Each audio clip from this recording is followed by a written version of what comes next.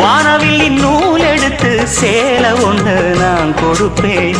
வானவரின் தேர் எடுத்து வாசல் வழி நான் வருவேன்.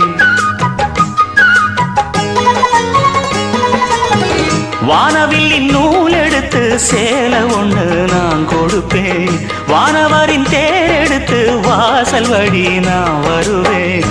அம்மாடி சின்ன பொண்ணு உன்னை எண்ணி வாடுறேண்டி.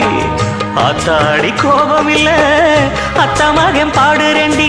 எம்மானே என்ன கோபம் சொல்லு, என்ன பிடிக்கலையா? இருக்கஞ்செடியோரம் இருக்கி பிடிச்ச எம்மானே,